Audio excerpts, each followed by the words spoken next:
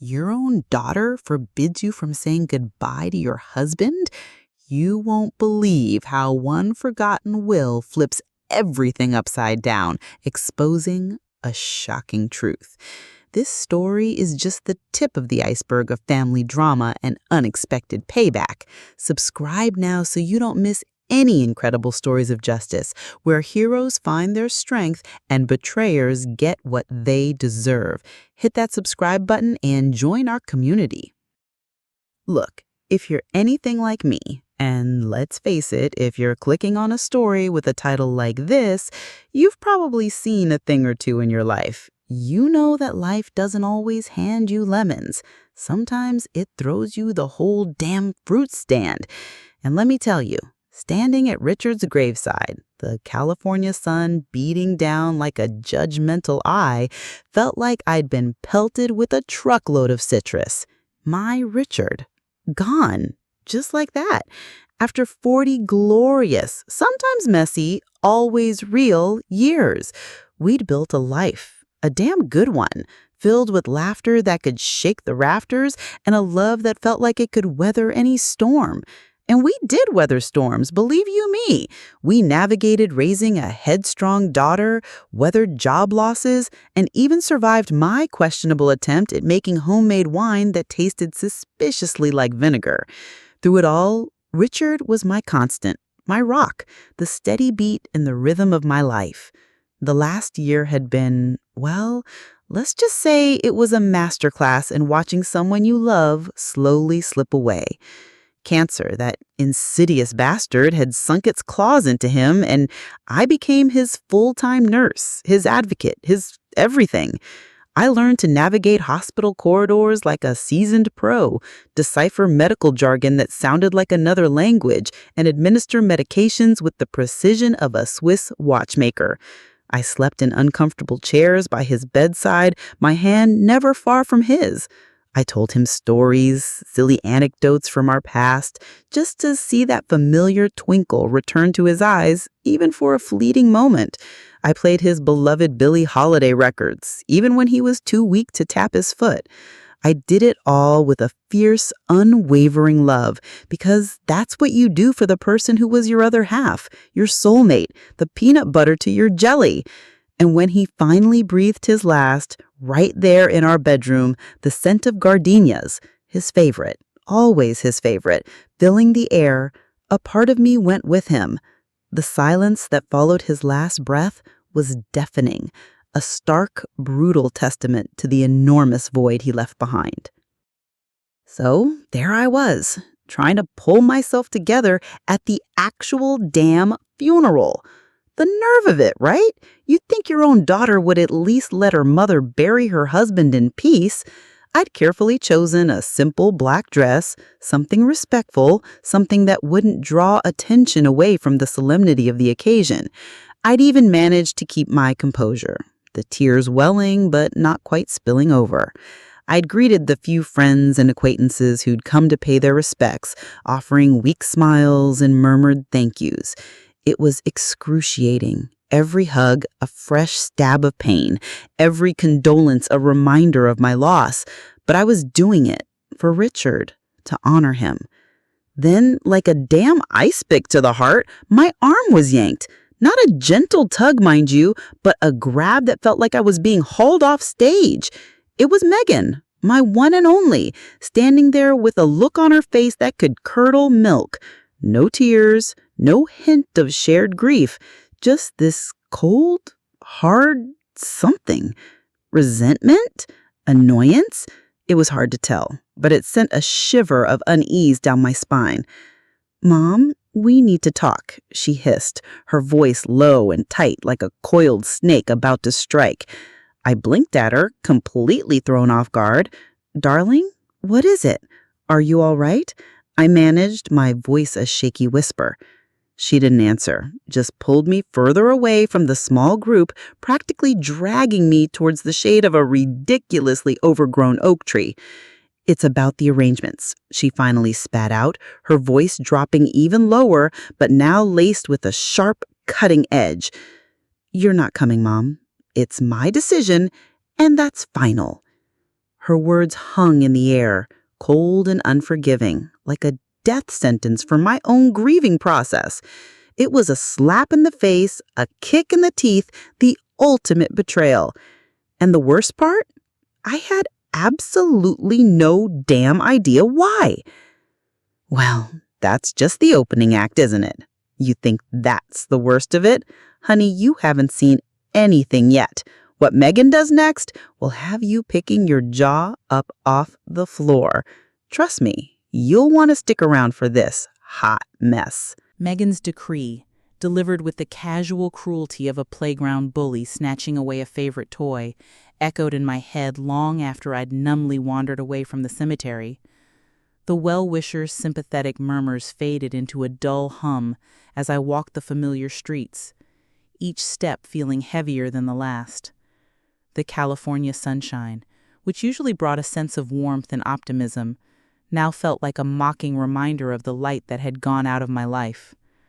I reached our house, the one Richard and I had painstakingly turned into a home over 4 decades, each room a repository of shared memories. The worn armchair in the living room, still indented from where he always sat reading the morning paper. The kitchen, still faintly smelling of his favorite coffee blend. The garden, bursting with the roses he'd cultivated with such loving care. Every corner whispered his name, a constant, aching reminder of his absence. And now, this place, our sanctuary, felt tainted, poisoned by the venom of my own daughter's inexplicable cruelty. I sank onto the antique settee in the living room, the one we'd splurged on during our honeymoon, a slightly gaudy but undeniably comfortable piece of furniture that had witnessed countless family milestones, from tearful goodbyes to joyous celebrations. I just sat there, staring blankly at the opposite wall, the silence amplifying the deafening roar in my ears. How could she? How could my own child, the flesh and blood I had nurtured and cherished, inflict such a deep, gaping wound? I replayed our history in my mind, searching for some clue, some explanation for this heartless act. I remembered the sleepless nights spent rocking her when she was a baby, the endless patience I'd displayed teaching her to tie her shoes and ride her bike, the unwavering support I'd offered through every teenage drama and young adult crisis. I had always been her champion, her confidant, her unwavering safety net. And now, when I needed her most, when my world had been shattered into a million pieces, she had not only failed to offer comfort, but had actively excluded me from the most fundamental act of grieving. The sheer injustice of it was a physical weight, pressing down on my chest, making it hard to breathe. My phone, lying abandoned on the coffee table, buzzed, dragging me back to the harsh reality. It was Tom. Maybe, just maybe, there was a logical explanation. Maybe Megan was just overwrought with grief, saying things she didn't mean. Maybe Tom, the sensible one, could mediate, could reason with her. A fragile tendril of hope snaked its way through the icy grip of my despair. I snatched up the phone, my hand trembling. "Tom, what in God's name is going on? Why is Megan doing this? Why am I not allowed to attend Richard's funeral?" My voice was thick with unshed tears, barely above a whisper. A sigh, heavy with what sounded suspiciously like exasperation, came through the receiver. "Evelyn, look, Megan is really upset right now. You and Richard, you were always so incredibly close. It's been hard for her. She feels a little overshadowed, you know. She just needs this time to say goodbye in her own way." His words, dripping with a condescending tone that made my teeth clench, were an insult disguised as an explanation. "In her own way?" I repeated, my voice rising with a fury that surprised even myself. "What in the hell does that even mean, Tom? This isn't about her way. This is about burying my husband, her father, the man we both loved. I spent the last year of my life caring for him, holding his hand, watching him slip away. Where was she then? Suddenly she needs to grieve in her own way by excluding his own wife? There was a brief, uncomfortable silence on the other end. Then, Tom's voice, now edged with a distinct coolness, delivered the final blow. Look, Evelyn, we've already made the arrangements. This is what Megan needs. It's what's best. I'm really very sorry. And then the line went dead. Just like that. No further explanation, no attempt at conciliation, just the cold, hard click of finality. The fragile tendril of hope snapped, replaced by a bitter, corrosive wave of betrayal. My son-in-law? The man I had welcomed into our family, the man I had treated like a son, had sided with my daughter, leaving me utterly alone in my grief, locked out of my own husband's farewell? The injustice of it all was staggering. It wasn't just about being excluded from the funeral. It was about being erased from their lives, as if my 40 years with Richard meant absolutely nothing. The cold had settled deep into my bones, a chilling premonition of the even deeper freeze to come. Think you've reached the boiling point? Think again. The secrets Evelyn is about to uncover will turn this already twisted situation into a full-blown 5-alarm fire.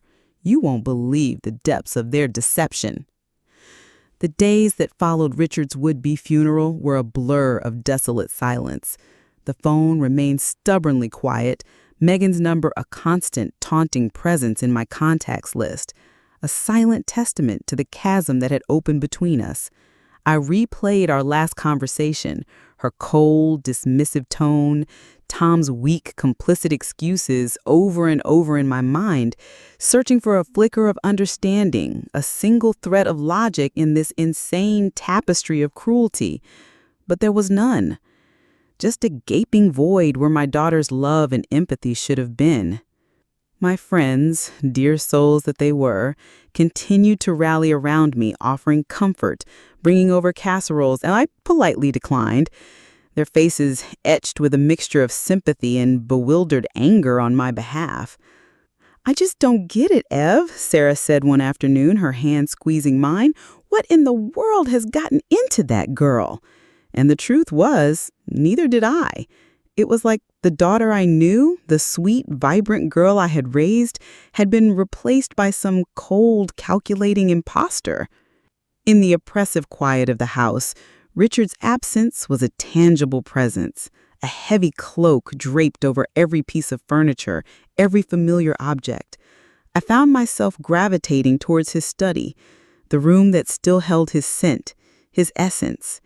It was there, surrounded by his beloved books and the comforting chaos of his desk, that I felt closest to him, a fragile connection in the vast emptiness. One particularly gray afternoon, while aimlessly tidying his papers, a task that somehow felt like an act of devotion, my fingers brushed against a heavy, cream-colored envelope tucked away in the hidden compartment of his rolled-top desk, the same one I had found before. But this time, something compelled me. The silence in the house felt like it was holding its breath, waiting for me to unlock its secrets. With trembling hands, I retrieved the envelope. It felt weighty, significant, almost as if it held the answers to all the questions that haunted my sleepless nights.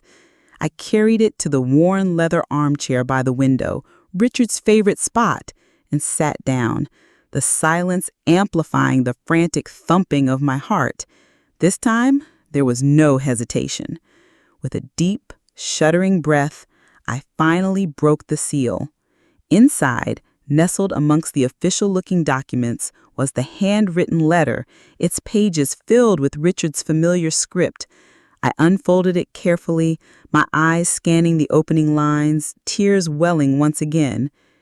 His words of love, his tender recollections of our life together were like a balm to my wounded soul, a reminder of the deep and abiding connection we shared.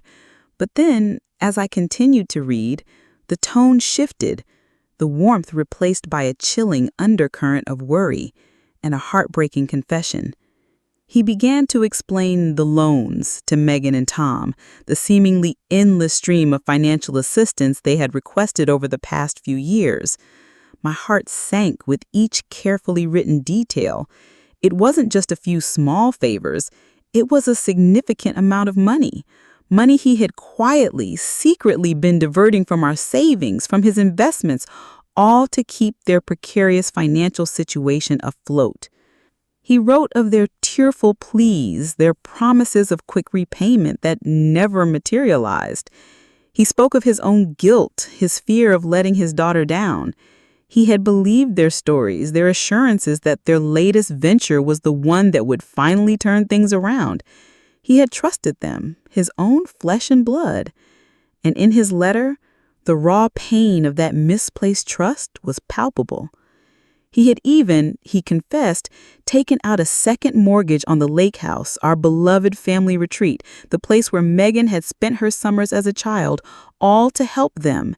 He had kept it from me, he wrote, not wanting to burden me, especially as his health began to decline.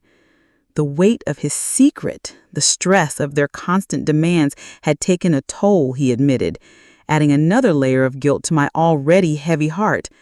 How could they have done this to him, to us? The sheer selfishness of their actions was staggering. And as I turned to the next page, I braced myself, knowing that the full extent of their betrayal was yet to be revealed.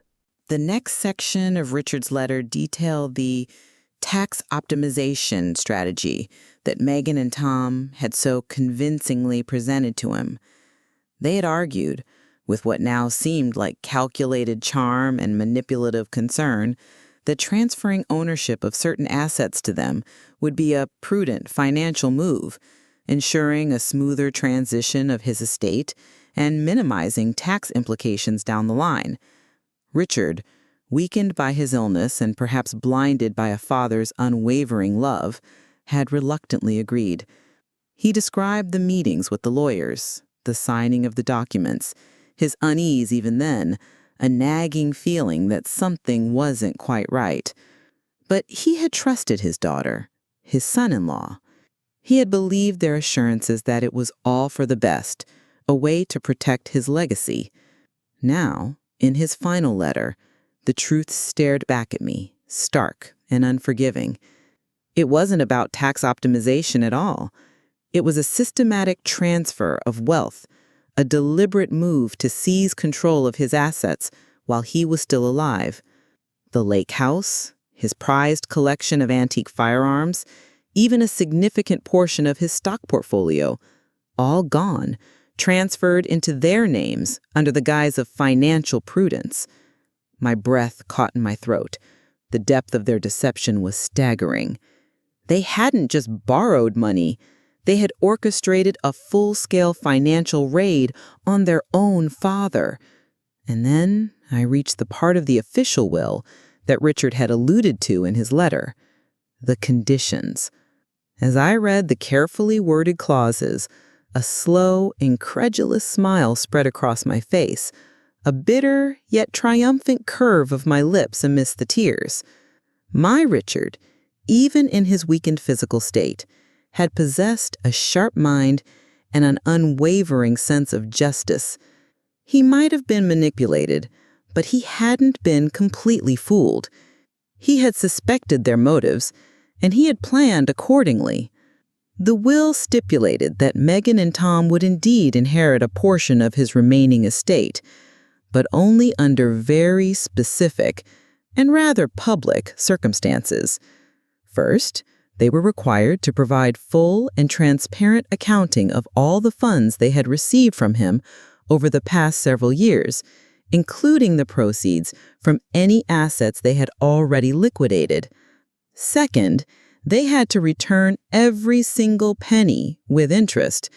And third, and this was the kicker, they were mandated to issue a formal, written apology, not just to me, but to all family members and friends who had witnessed their behavior, an apology that had to be published in the local newspaper. The wording was precise, leaving no room for ambiguity. Furthermore, the will clearly stated that if Megan and Tom failed to meet these conditions within a strict time frame of 3 months, their entire inheritance would be forfeited and instead directed to the Alzheimer's Research Foundation we had supported for so many years. A final act of defiance, a posthumous lesson in accountability. My eyes scanned the document again, my heart swelling with a mixture of grief and a fierce, almost vindictive satisfaction. My Richard had seen them for who they truly were, and he had used his last will and testament not just to distribute his earthly possessions, but to expose their greed and betrayal for all the world to see. He had, in his own quiet, determined way, ensured that justice would be served. I clutched the letter and the will to my chest, a wave of conflicting emotions washing over me. Sorrow for Richard's suffering, anger at Megan and Tom's treachery, but also a burgeoning sense of hope. I knew what I had to do. Richard had given me the ammunition. Now it was time to load the gun. The stage is set. The truth has been revealed. Now Evelyn is about to step into the spotlight and deliver a performance they will never forget. The carefully constructed facade is about to crumble. You absolutely cannot miss the explosive confrontation that's coming. The morning of Megan's private funeral service for Richard dawned gray and overcast, the sky mirroring the storm brewing inside me. I had spent the previous day and night in a state of focused fury, meticulously going over Richard's documents, making copies, highlighting key passages. Sleep was a distant memory. My mind raced, formulating a plan, a strategy to unveil the truth and honor Richard's final wishes, even if my own daughter tried to lock me out. I chose my attire with deliberate intent, not the somber black dress of a grieving widow hoping to disappear into the background, but a sharp, impeccably tailored navy blue suit that exuded a quiet authority. My silver hair was styled in a sleek, no-nonsense bob, and my makeup was minimal but precise. I wanted to project an image of strength and resolve, a stark contrast to the vulnerable, grieving woman Megan and Tom undoubtedly expected. In my hands, I carried a slim, professional-looking briefcase, the weight of the documents inside a tangible reminder of the power I now held. I arrived at the funeral home precisely 15 minutes before the scheduled start of their private affair. As I walked through the hushed reception area, the few attendees, mostly distant relatives and some of Richard's former colleagues who had likely been strong-armed into attending by Megan, turned to stare. A ripple of unease seemed to spread through the small gathering. Then Megan appeared, her face a mask of strained composure. She was dressed in an overly dramatic black gown, clutching Tom's arm as if he were a lifeline. When she saw me standing there, a look of pure, unadulterated panic flashed across her eyes, quickly replaced by a brittle layer of forced politeness. "Mother," she said, her voice tight, "what are you doing here? I thought we agreed." "We agreed, Megan, that you would exclude me from my own husband's funeral," I interjected, my voice calm but firm, cutting through her forced pleasantries like a knife. "However, I have decided that I will be attending, not just to pay my respects to Richard, which I have every right to do, but also to ensure that his final wishes are made known." I walked past her, my gaze unwavering, and moved towards the front of the room where the officiant stood looking bewildered. Megan and Tom followed, their faces a mixture of fury and apprehension. Uncle Martin, Richard's brother, a man of quiet dignity, raised a questioning eyebrow but remained silent. "Excuse me," Megan said, her voice trembling slightly now. "This is supposed to be a private service." "Private, Megan, for those who truly loved and respected Richard," I retorted, my eyes locking onto hers. "And as his wife of 40 years, I believe that includes me. Now, if you'll allow me." I opened my briefcase and withdrew a copy of Richard's will, along with his handwritten letter. The rustle of the papers in the quiet room felt significant, almost ominous. Richard, being the meticulous and honorable man that he was, took the time to prepare his final wishes with great care, And within these documents are certain revelations that I believe everyone present should be aware of. Megan's face went ashen. Tom's hand tightened on her arm. A palpable tension filled the room. I held up the handwritten letter.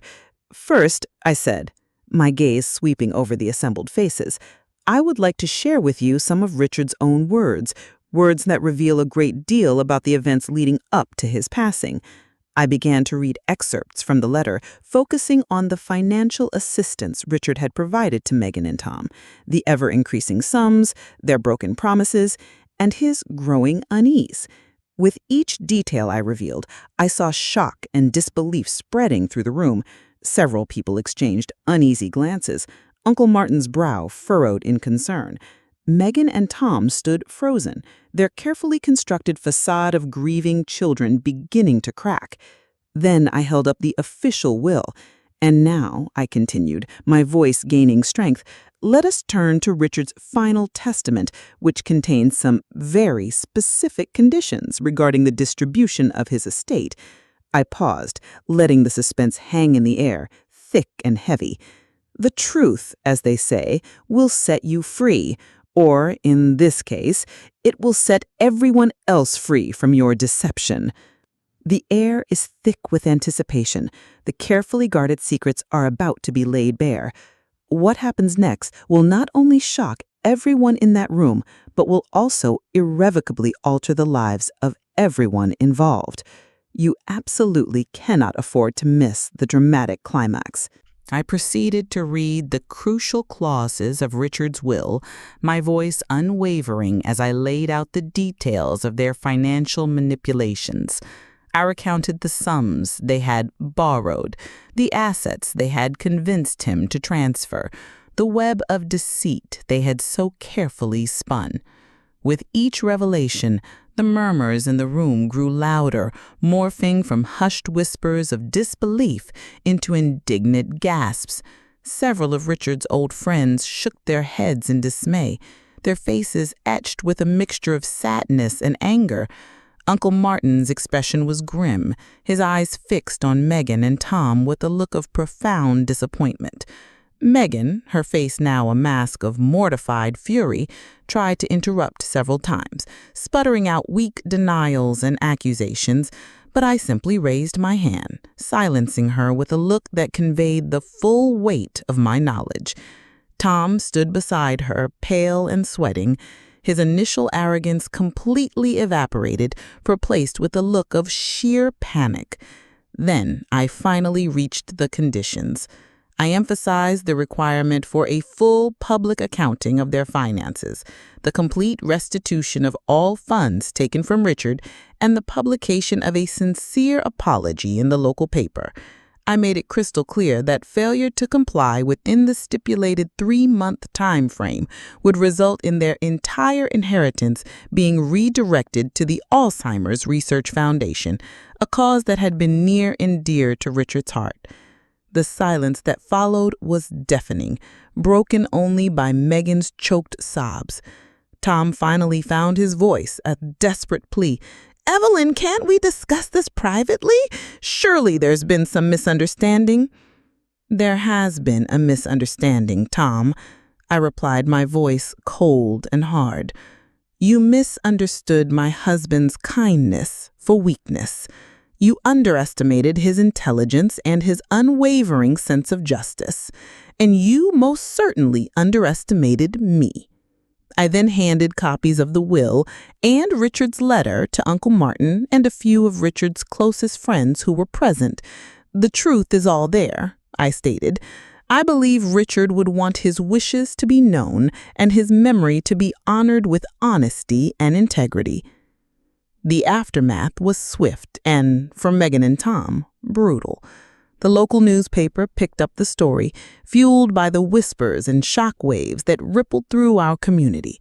Their carefully constructed image crumbled overnight. Friends and acquaintances distanced themselves.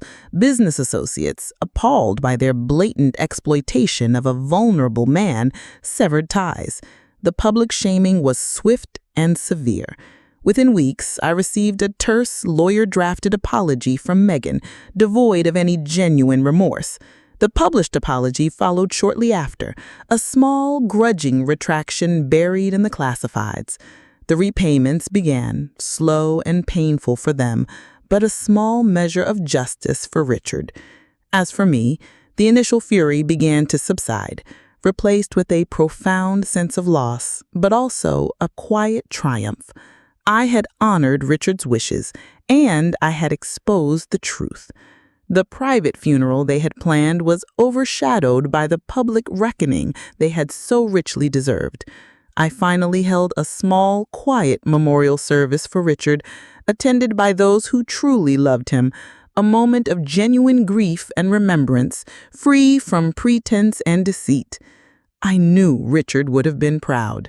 He had always taught me to stand up for what was right, to never let injustice prevail. And in the end, even after he was gone, he had given me the strength and the means to do just that.